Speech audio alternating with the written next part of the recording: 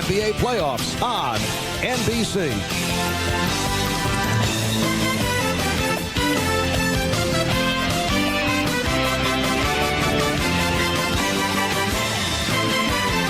Christian Javier brings it. There it goes. Swanson touches one off. 5-0 Atlanta here in the fifth.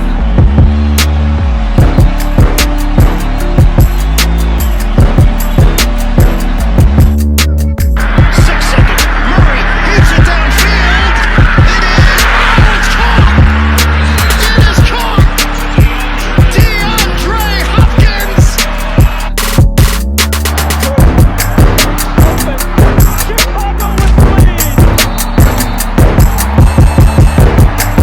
Timeout, Utah. Once again, good afternoon, ladies and gentlemen, man. Welcome to once again to another episode of the Louis Sports Network. Second straight video in the building, man. Make sure you hit that like button, hit that subscribe button. Make sure to share.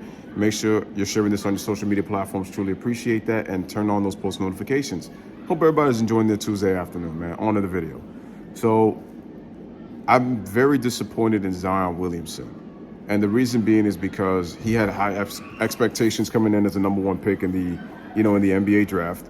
And right now, John Morant is on pace to right now having the better career than him at this point. And part of the reason is because as talented as Zion is, as athletically gifted as Zion is, and John Morant is an athletic player at the point guard position. But the problem with Zion is he keeps relying on his athleticism and he keeps gaining weight. It's like Pillsbury Doughboy just continues to just stuff his face and doesn't want to work out and get into shape. And it's leading to a lot of very bad injuries early in his career. Zion is what, 21 years old? However age he is right now, he's very young. So my point is, he needs what Charles Barkley had in Moses Malone is what Charles Barkley to me needs to be for Zion Williamson. And I feel like Charles would be perfect for Zion because he would get on his ass to eat a much more healthier diet, to change his diet, continue to exercise and train his body and hone his skills to get into better shape. Because what Zion is going to be becoming is he is going to be the four-letter network, 30 for 30, if he doesn't get his act together and his career gets cut short. Too many lower leg injuries for Zion, man. And it all started in college when he broke his shoe and ended up injuring his knee. And here's the problem. You can only play athletically so long. At some point, you have to own your skills, man, and work on your craft. Because when you do that, it allows you to play effectively for much longer. Because you don't have to rely on trying to jump out the gym. You don't have to try to run the floor real fast in transition. You don't have to do that. You can pick your spots and still be an effective offensive player.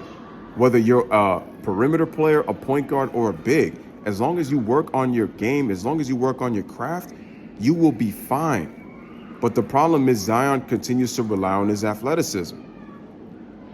This early and he stays getting hurt. Well, I should say this. Zion has a lot of time left, but his time is going to get cut real short in the NBA if he doesn't get his ass together. Put the donut down, man. It's like, I don't want you to be known as a 30 for 30 Zion Krispy Kreme Williamson. What could have been. I don't want that.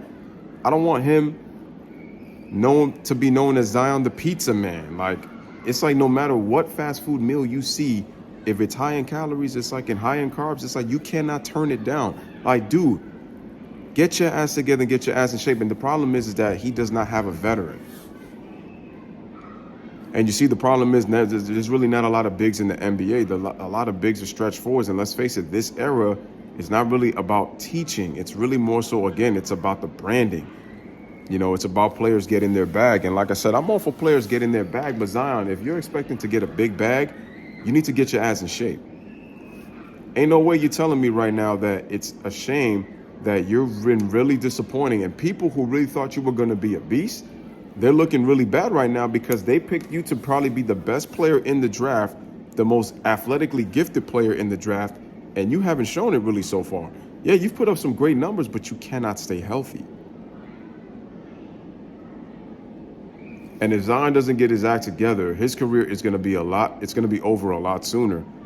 And people who were on the Zion train are going to really regret ever even picking this guy. And I always said that was the one thing about Zion. I said that I feel like he can be the best player, but it's all up to him. So Zion he's at a crossroads in my opinion, and he's at an ultimatum. So he needs to decide, am I going to continue to eat my way out of shape, or am I going to change my career around and get it together? But I think in order for him to get it together, he needs a veteran presence. Somebody that will be on him, that will train him, that will work out with him. He'd be the first one to come, last one to leave. He needs that mentality, man. Because I'm telling you right now, it's not going to be looking good if he does not get it together. He needs to get his ass in shape. The Pelicans right now, they're a disarray of an organization. They really have no direction right now. And if their cornerstone can't get it together, who can they really build around? That's going to be the question. It's going to be, damn, they got rid of AD. They don't have him. You're relying on Zion Williamson as the number one pick, and it's like, oh, man, we can finally build around him. But right now, it's not looking that way.